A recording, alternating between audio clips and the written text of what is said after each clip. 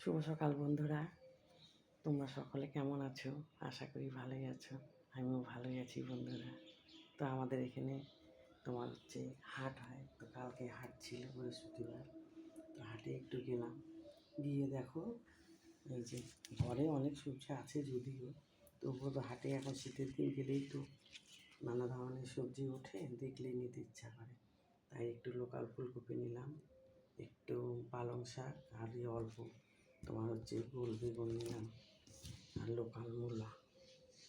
এই লোকাল মূলা দিয়ে ডাল খেতে যা ভালো লাগে না, দারুণ লাগে খেতে। আর এই বেগুন ভাজা বলো, পোড়া বলো, বেসন দিয়ে চপ বানিয়ে খাও, দারুণ লাগে খেতে। আর অল্প একটু পেঁয়াজ ফেলে নিলাম। এই দেখো,